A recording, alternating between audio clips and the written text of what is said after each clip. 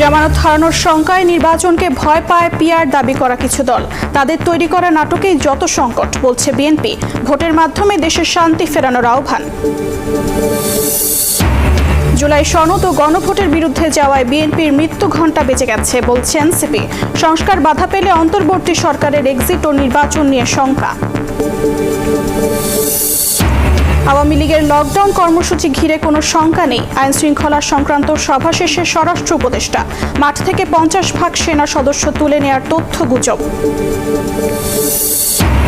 বিএনপির সঙ্গে আইএমএফের প্রতিনিধি দলের বৈঠক। অন্তর্বর্তী সরকারের আমলে আসছে না ঋণের ষষ্ঠ কিস্তি। নির্বাচিত সরকারের কাজ দেখে সিদ্ধান্ত, জানালেন অর্থ উপদেষ্টা। এবং যৌন হয়রানির ঘটনায় জিরো টলারেন্স বিসিবির। শুধু কর্মকর্তা নয়, প্রমাণ পেলে শাস্তি পেতে হবে পরিচালককেও। নারী উইংয়ে ব্যাপক রদবদলের দাবি